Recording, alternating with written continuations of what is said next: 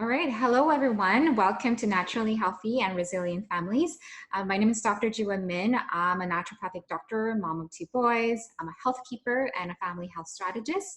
So over the last month or so, some of the contents that I've been creating for you was to help you deal with the current stress that we're under. So it might be financial stress for some families. It could be the added childcare stress because kids are out of school.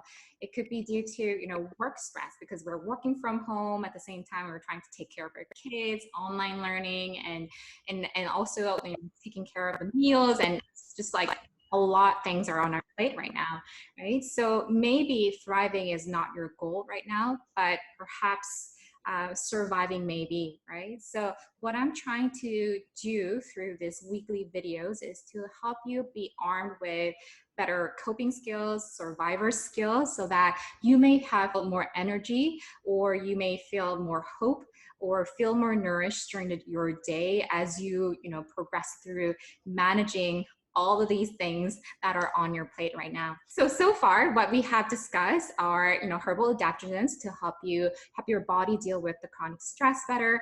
And also we talked about, power of positive mindset with our guest speaker, Jackie Hamilton.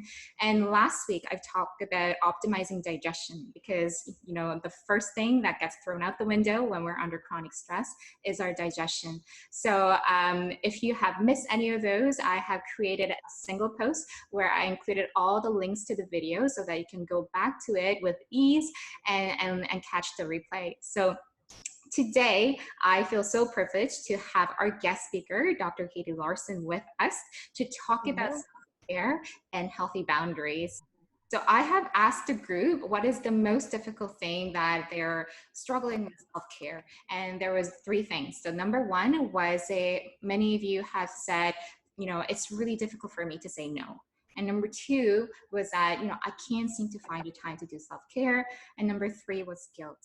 So we are going to, take that one by one. And with Dr. Katie, we will talk about why self-care is important, why we need to, have healthy boundaries, how to create and communicate those boundaries so that our needs are met.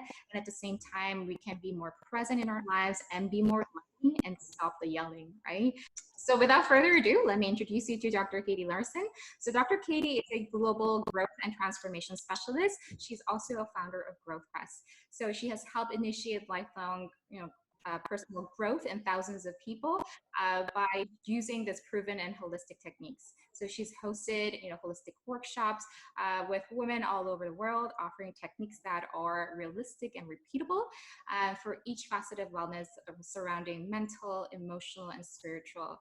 So in addition to being a coach and a facilitator, Dr. Katie is an acclaimed performance storyteller. She's really good at storytelling, best-selling, published author, TEDx speaker, and wife and a mom. Welcome, Dr. Katie. It's my pleasure to be here. Thank you. Yes. So to just get into our groove of things, I wanted to introduce you and ask you actually to share your personal story about how you became a growth coach. Yeah, it's really interesting because I'm not a growth coach by my first career, as many of my clients are. This is like my second or third career. I started out as I'm a lover of nature, and I was always found playing in the lake, in the woods, and just doing all things with animals. I used to think I wanted to be a veterinarian, but I actually grew up, my first career was I was a scientist and a science teacher. So I was a field biologist, and I was out in the field working with elephants in Kenya and crocodiles in Borneo and horses in Mongolia. And as a science teacher, I taught high school science, biology, chemistry, and physics. And so I have a very healthy dose of the scientific way of thinking and the systems that we use in the scientific method. I really love that way of being.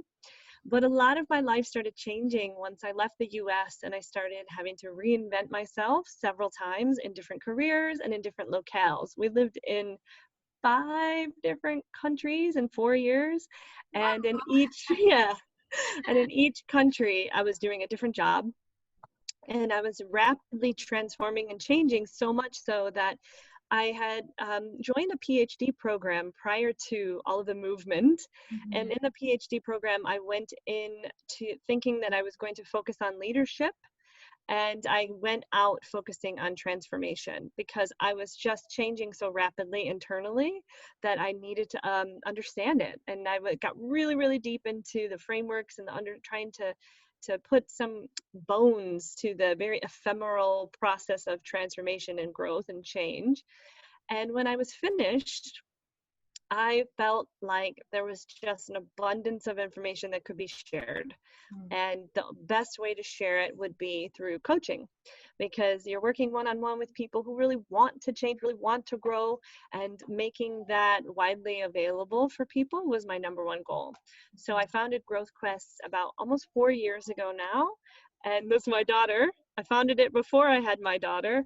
And that's what I focus on now, is helping people grow. And one of my main focuses is helping people integrate transformations. And we'll talk more about that as we go. But that is the story of how I became a growth coach from my humble beginnings as a science teacher. Wow, what a journey for you. Yeah. So let's talk about self-care. Why is this so important? There's so many blogs or articles being written on self-care, and obviously it is a very important topic to discuss. Yeah. But I guess in your words as a growth coach, why do you think it is so important for women, especially, and moms? Yeah.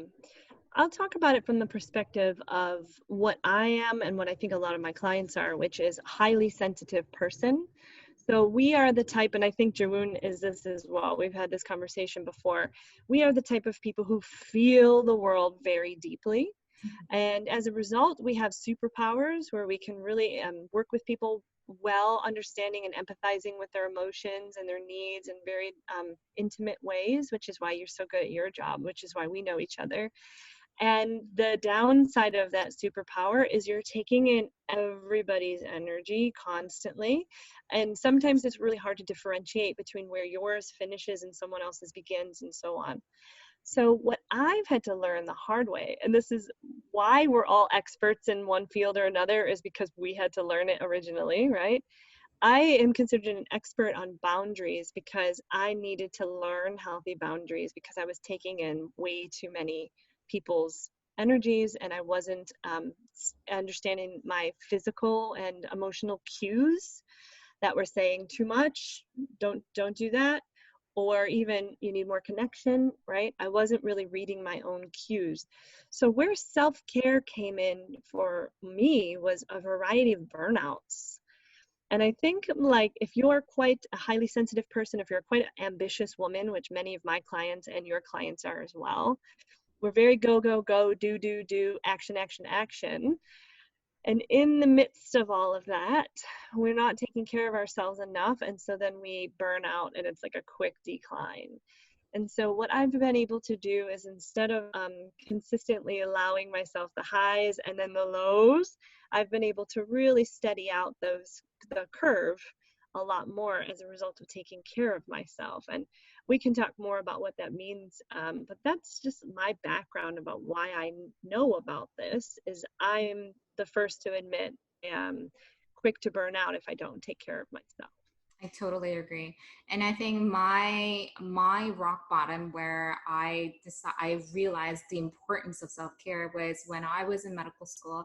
I had my son and I was solo parenting because my husband was embarked on a new career that had taken him to across the other province in Vancouver. So I was in Toronto. So I was in medical school, dealing with a toddler and dealing with the amount of, study that I had to do. And I found myself like literally mentally breaking down and yelling at my toddler, to be honest. And I just caught myself, and this is not who I want to be. Yes. And I realized that if I want to be the mom that I promised to myself and my kid that I'm going to be, I have to take care of myself because there is no one else who's going to take care of me. Right. I have to do it for myself, and I have to take that as a priority instead of putting it at the very end of the list, right? So I guess like for people who may not be highly sensitive, I think those people can also agree, because I think also culturally, women especially, I think, have been taught that we can't say no. It Right. is polite, right? Or, we have to be agreeable and always Right. say yes, right? And And that's sometimes you think you have to earn the break or earn the space. Yeah. exactly. And somehow taking time for ourselves is a selfish act, right? So Yeah. that's, I think, the emotions behind feeling guilt when we're trying to take time for ourselves, right? So I think there's so many layers of, why this is so difficult for a lot of us, right?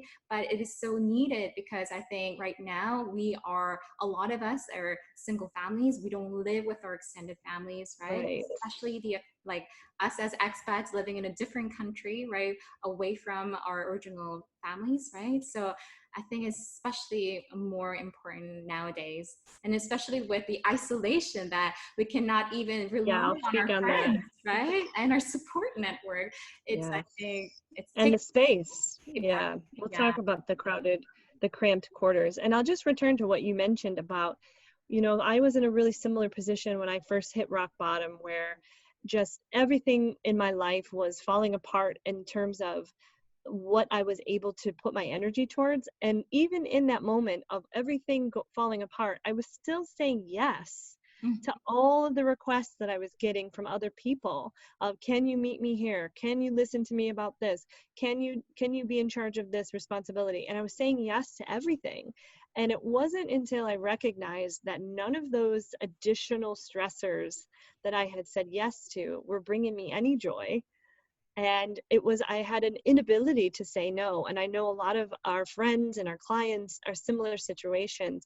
But what was the reason for it is a deep, deep seated needing to be needed, Mhm. right?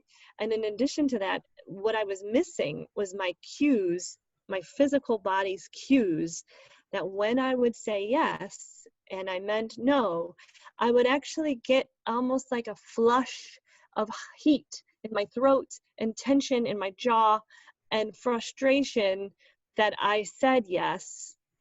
And yet I was continuously saying it when I really meant no.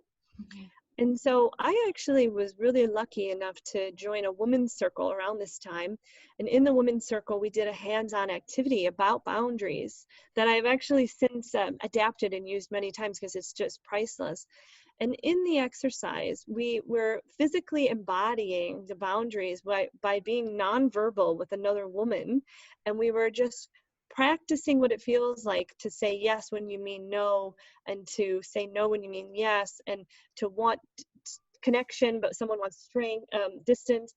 And it was that activity that just shed so much light on me of, wow, I have this tendency, and it wasn't allowed to enter into my thoughts to solve it. I couldn't think my way out of my boundary issues. I had to feel my way out of it. And Mhm. that is usually the approach that I take with my clients. And we'll talk more about that. But this is a body-based wisdom. Is boundaries are body-based wisdom. Mhm. I'm so glad that you brought up the physical body because what I typically see in practice is that, women and men come into my office, Yes. whether that's their immune system is shut down or they have a hormonal like imbalance going on. And if we trace it back, they are going through a burnout. Their energy is low, so they're struggling with fatigue, and their sleep is kind of like out of place, right? So they're not feeling refreshed in the morning, right? And those are taking a toll on the body in terms of, the hormonal system as well as the immune system, right? So it's like a domino effect, right? Yes. Starting from the weak boundaries and Yes. the stress impact that has on this physical body as well, right? I recall you and I having a conversation about that before, about it's adrenal fatigue, where as you continue to say yes to things and achieve and feel really proud of yourself for the achievements, you're like feeding off of adrenaline, but you really have no other nourishment keeping you going. And so there's nothing left, so it just tanks. And I found that it's the self-care practices that really saved me. And I'll start speaking about that right away for just a few examples. But the first one that is the overarching concept for me that was mind blowing was the difference between self-compassion and self-esteem. And what I had always been raised to believe was I had amazing self-esteem. But self-esteem is tied to achievement and productivity Mm-hmm. and doing things well. And I had always been the first in my class, straight A student, president, so I always had high self-esteem because I had a lot to be esteemed for. Later in my late 20s, early 30s, I didn't have anything to be proud of, in my opinion. I had nothing that was going for me. And so my self-esteem was at a low. But that's when I discovered self-compassion. And I say self-compassion is like an umbrella self-care, as you don't need anything to deserve self-compassion. It's just that like unconditional love that you would offer a child, a parent, a partner, anyone, a friend, and you offer it to yourself. And I think for many of us in this COVID time, our self-compassion needs to be really amplified, because when you spend all day in your pajamas and you feel like you haven't done anything on your to-do list, it's very easy for your self-esteem to tank and your productivity to tank and to feel like your self-worth is nothing. Mm-hmm. But your self-compassion can actually remain constant. It could be the only thing that you have going for you. And I think that was the first self-care that really made a huge difference for me, is when I was able to actually be self-compassionate. I love our conversation when we kind of verge on the same thing, is that through my work as a naturopathic doctor with my patients, what I've noticed, and from my own healing journey too, is that our dis-ease, so to speak, our struggle with our health, I always share with my patients, it is an actual invitation to be more compassionate with ourselves, right? It's Yeah. our body asking us to be, hey, I'm here. I want to be on your side. Can you help me? Right? So instead of seeing our body as, oh, my body hates me, it's rejecting me, Yes. it's giving me all these troubles and symptoms, Right. instead of being the enemy, it's trying to, inviting you to be more loving and towards Yes. yourself, right? And that's where self-care and self-compassion comes in. So Love that. let's talk about, how can we create healthy boundaries? Yes. The first thing that I want to return to is what you said, is the body, your relationship with the body. For women and men too, but I'll focus first on women. It's essential to understand your own internal cycle. So if you're menstruating, this would be your menstrual cycle. If you're not menstruating, this would be the lunar cycle that your body is intuitively attached to. And in those 28 to 30 days, we have very different needs as women. Now, just side note, for men, your needs correspond to the sun, which is a 24-hour cycle. So you're going to be, when I speak about the first 14 days of a woman's cycle, we're talking about the first 12 hours of your day. It's, again, these are just frameworks. They're never true, but they represent a truth that many of us experience. So back to women, you're going to need different things at the different points in the menstrual cycle, and it's important for you to understand when you need what. As a general description, most women tend to need connection in the first 14 days, minus the days of bleeding, which are for day 1, 2, and 3, when you need space. But you need connection. And then on the second half of your cycle, you tend to need space. And I make sure that you understand that there is a scale when you're feeling into this. There's a scale, because some days you don't need a lot of space, right? You just need a little, but then some days you don't want to be around anyone. And so it's really helpful to either get a menstrual cycle app, a lunar app, or some kind of note-taking that you're watching yourself and you're watching what you need and when. Personally, day 7, 8, 9, 10 for me, all I want to do is talk to people. Like, I just can be on all cylinders and I want connection. I find myself, and this tends to align when I'm ovulating, and it's similar for most women. I just want really strong, nice connection with anything. Like, I'll take my dog and my baby. I just want to be close to people. For me personally, day 18, 19, 20, 21, I don't want anybody near me. I can't handle anybody, and especially day 1, 2, and 3 when I'm bleeding. I don't want anybody near me. And so that was very important for me to understand my desires and my needs first through the month. Mhm. Then to give yourself these boundaries, learning how to communicate what you need. That's huge. So very big. And Mhm. I find what's difficult for a lot of us is we think, how am I going to ask? Mhm. How am I going to ask?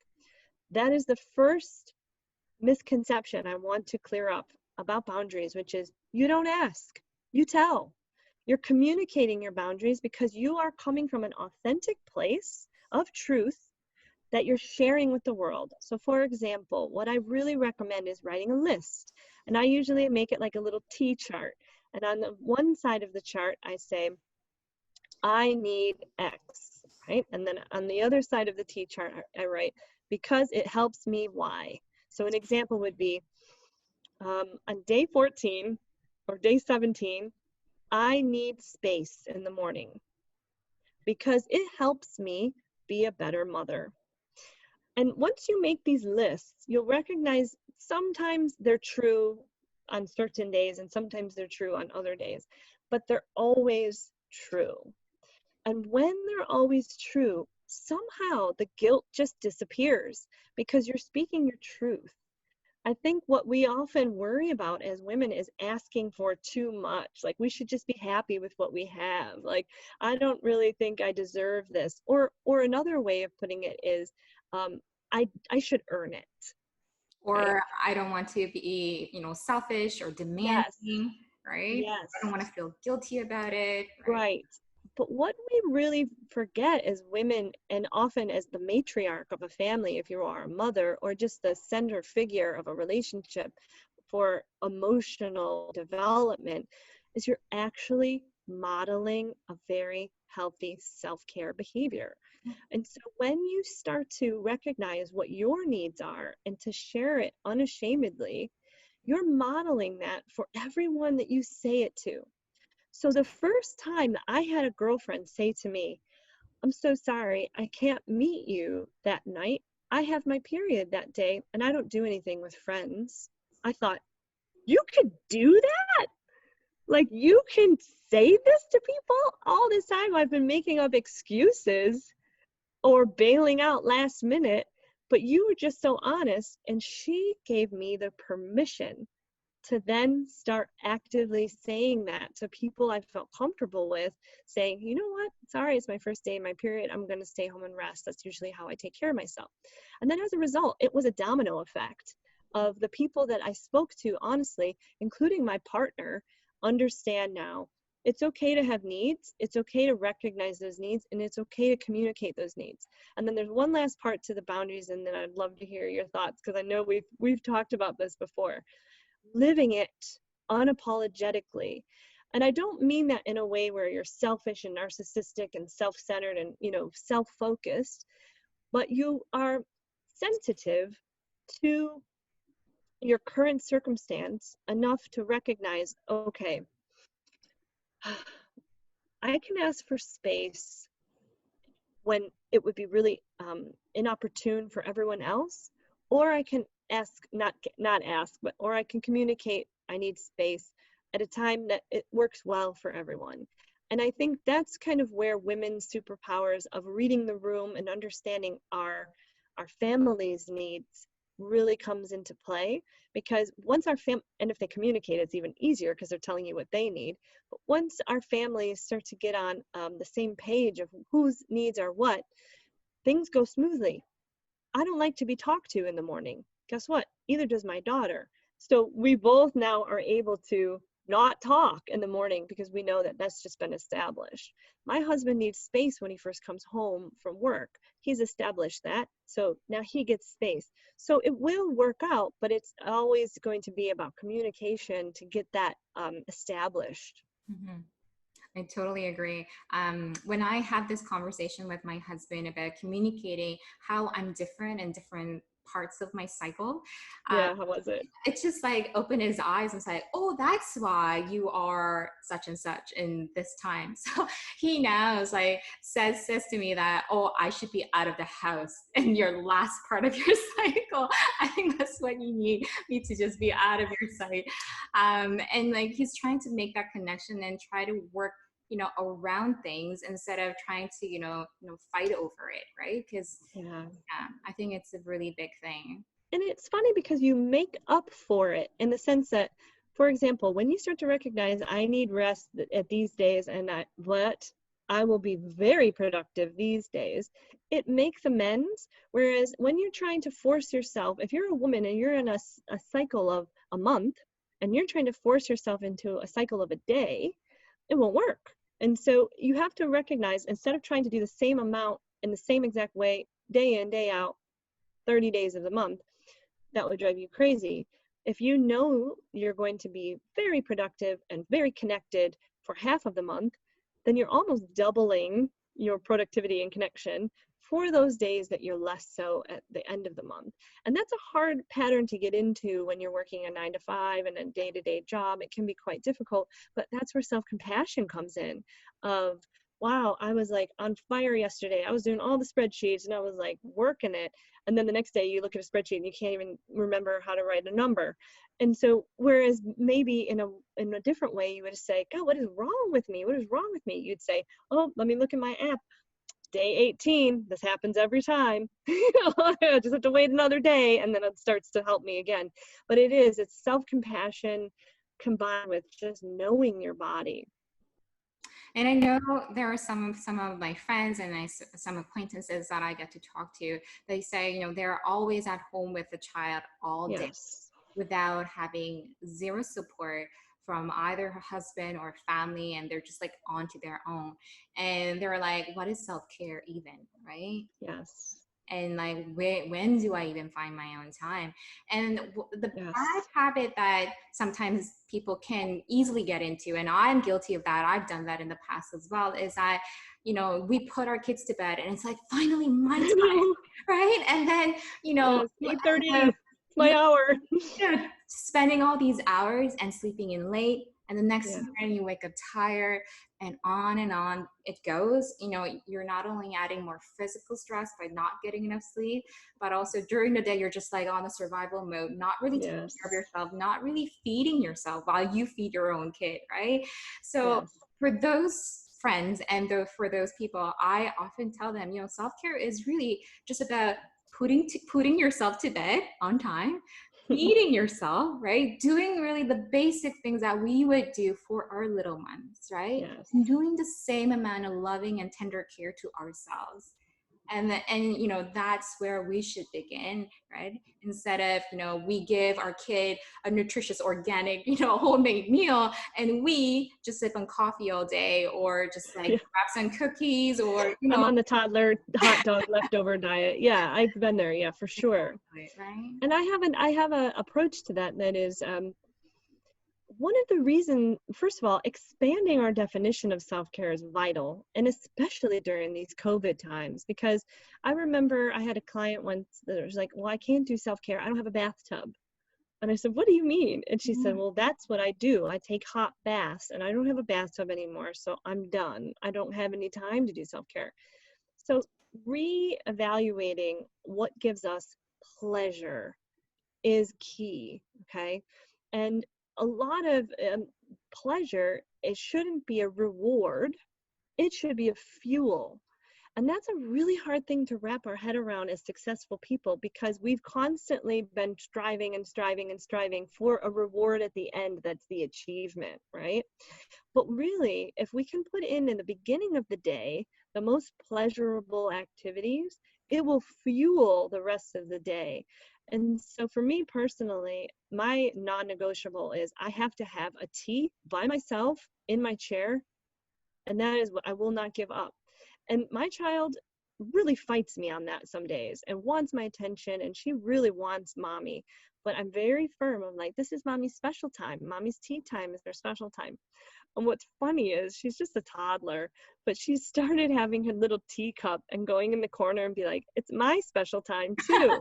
So it's like she's mimicking mommy. So again, going back to I'm modeling this behavior. Yeah.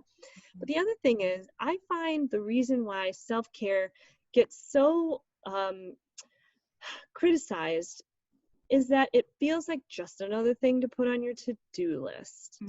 And I find like the way to change that perception of self-care is instead of having to attack it or put it on a list and achieve it or conquer it, it's more about expanding the pockets that already exist. So for me, one of my very weird self-cares that I need every month is I need what I call a cry-gasm. A cry-gasm is when you just cry and cry and cry and cry and you let it all out and then you're relieved. And this is so ugly. Nobody wants to see a cry-gasm. But what I try to do is offer myself the time and space as much as possible once a month to just watch a sad movie or a sad YouTube and just cry. And it's like, that's a pocket of something I know is going to come every month. So I really take advantage of it. The other thing that is a pocket in your day are your things that are built into your day. So like a shower. Hopefully most of us are showering. We don't always get it when you're a mom, but if you know you're going to have a shower every day, can you make your shower more enjoyable? I went to the store one time and bought a really expensive soap and I almost put it back on the shelf because it was like 200 Hong Kong dollars. And I was like, I don't need to be spending this. Then I stopped and I said to myself, this is the 5 minutes of my day that I could enjoy the smell of this soap in the shower by myself and no one can take that away from me. And I like put down the $200 and was like, it's a win, like for self-care, I did it. And so it's just amplifying the pockets that already exist in your life to give yourself what you need. And really knowing your needs is key, but then just committing to it in a loving, compassionate way is the key to healthy boundaries. And honoring them. And I love what you said about modeling is because I come from a generation of families who are really poor at self-care. Yeah, mine My too. grandma has been a really selflessly giving person, and that was passed down to my mom, who was also equally selflessly giving, but very prone to burnout, right? Yeah. And I too have gotten that trait, and I went through my own shares of, I feel like I have to give Yeah. without receiving much and burnout, right? And through different life experiences, I have noticed that I want to break this pattern for my kids, Yeah. right? And the only way to do that is I have to, start taking care of myself and don't feel that that is a selfish act and try to like ditch the guilt because like you said, you don't ask, you tell, right? Yeah. Because I think And I think, go ahead. no, it's okay. Go ahead. You're spot on. We have this generational cultural conditioning that has been placed over us, especially depending on which culture you were raised in. And I find that given the opportunity, the majority of us want to help. We do, actually. But you'll know as soon as you're paying attention to your cues physically of when you get resentful. You didn't want to help then. You don't want to help when you're resenting it. And I think we've all had memories in our past of a passive aggressive matriarch or patriarch that is so resentful that they have to do what they have to do. And you ask them, do you want any help? Nope, I'm fine. Don't ask me. I'm fine. We all have memories of this character in our lives. And that is the character who is resenting what they're doing because they haven't been able to communicate what they need. So when we have someone that doesn't say, hey, can you help me? Like, I have to do this for you and I'm happy to, but can you help me with this? Or, you're communicating something that is making you resent it less. But because we haven't been culturally and societally permitted for many generations, it feels very uncomfortable to be the first of your kin to break that. And for some people who are still feeling like, gosh, this sounds super selfish, I think that's just a selfish way of living. It's sadly that same concept of like, put your mask on before the other person. It's like you have nothing left to give when you give yourself into the ground. And so it's just the new way of being in the world of what is sustainable. I recognize that when we do things that aren't sustainable, like you said, we're in a state of dis-ease, right? And what are things that are not sustainable? Things like cancer, right? It grows on an exponential linear level. But if we as women really recognize our cycles and our cycles of wanting to give and wanting to receive and wanting to give and wanting to receive, that's sustainable. That's what nature does all the time. And that's a place of ease, place of not selfishness, because it's give and take depending on the day. But it's a new framework to really get your head wrapped around. I agree. It's not easy at first. I agree. And like we said, we have to fill our own cup, right? And the best quote that I live by is that when we love and nourish ourselves, we can live more abundantly and love unconditionally, right? And oftentimes when we find ourselves trying to, hold on to certain things like certain emotions and have a grudge or a resentment inside of us, and when that friction starts to build up, that's a sign, I think, that we have to kind of like tap into ourselves. Where do I need nourishment, right? Where do I need love from my own self instead of expecting from others to fill it up for me, right? So I know it's been such a amazing time talking with you, like always. I know you have a special gift for us. I do. So what I've done is, after many years of working hands-on in workshops with women from all over the world and with women from stages all over their journey, because we can't be face-to-face anymore in COVID times, I've just taken all of that and put it into a worksheet that I'm offering all the listeners and viewers of this video for free. So you can find it on my website. It's growthquest.com/boundaries. And it's a free worksheet, and it's really helpful. It'll give you ideas on how to recognize the way you somatically feel your needs, and also how to recognize when you don't get what you need and how it feels. I know for me, like I mentioned, I get really tight in the throat because I'm not speaking my truth, or I feel really flushed in the face. And so when I get flushed in the face, I almost know instantly now, like, shouldn't have said that because that's not what I really feel. And I'm quicker to correct myself, right? And it also has the template at the bottom that is, I need X because it helps me Y. And it gives you a time to go and just list these things out, because those will be your talking points to your community, to your family, of really just being honest and truthful about what you need and why. And no one can argue that. No one can argue your needs when you recognize the way it helps you. I just have to say that I'm not embarrassed anymore to say that what my gift is for Mother's Day, which is this weekend, is my husband bought me a night in a hotel away from my child. Wow. And it's like, I think I may have felt really guilty about that a few years ago, admitting that. But he knows now, after me being very specific about what feeds me. And for me, at certain times of the month, and this is coming up to my time, I need space, because it helps me be a better, more present mother and partner when I return.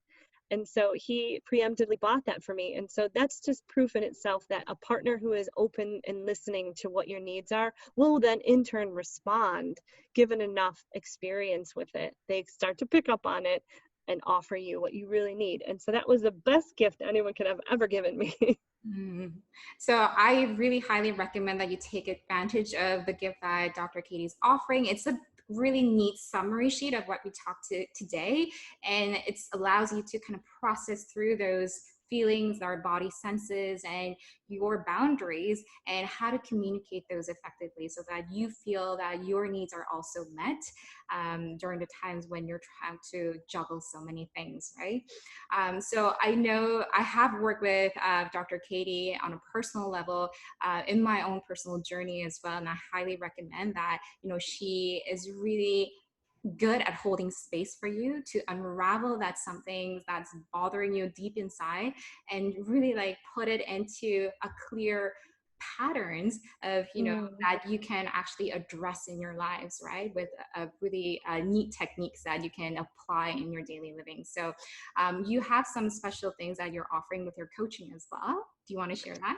Yeah, thanks. And I also will make sure I recommend you, Dr. Min, because you've really helped me a lot as in my journey. So yes, on my website, there will be a little pop-up box that comes up, and it has all the things that are free or by donation at the moment. So just click on those links and it'll give you some freebies. But I'm focusing a lot more on a type of coaching I call depth coaching, which is what we've mentioned before. It's for highly sensitive people who are really trying to make sense of the way they experience the world in a deep way. So that is for them. My child is blowing raspberries up the stairs as she comes. But I want to thank too, Dr. Jiwoon Min, because I really have understood my relationship with my body much more so as a result of working with you, where although I have really good self-awareness of what I need in my body, I don't know how to get it. And so when I say, I'm overwhelmed with the world and sounds are too much and tastes are too much, then you give me a supplement and it helps me. And it's like, these are things that really help, just to have someone like you or like me in our back pocket of when we need these experts. So thank you. It's absolutely, the pleasure is all mine as well, working with you. My pleasure. So what I'm offering for the month of May is that I am offering 15-minute free, meet and greet sessions so that people learn about what naturopathic medicine is, because some people are not sure what that is, but they're health conscious and they want to get better. So I basically talk about, how I can help, what are some of the things that I do as a naturopathic doctor. So if you're keen, then, feel free to private message me and we can start from there. Well, thank you so much, Dr. Katie, for joining us today. And I will put that link of her self-care template underneath the comments, and so that you can look into it as well. Awesome. Thank you so much. It's been a great time. All right. Thanks for tuning in, everyone. I hope you have an awesome weekend. Bye for now.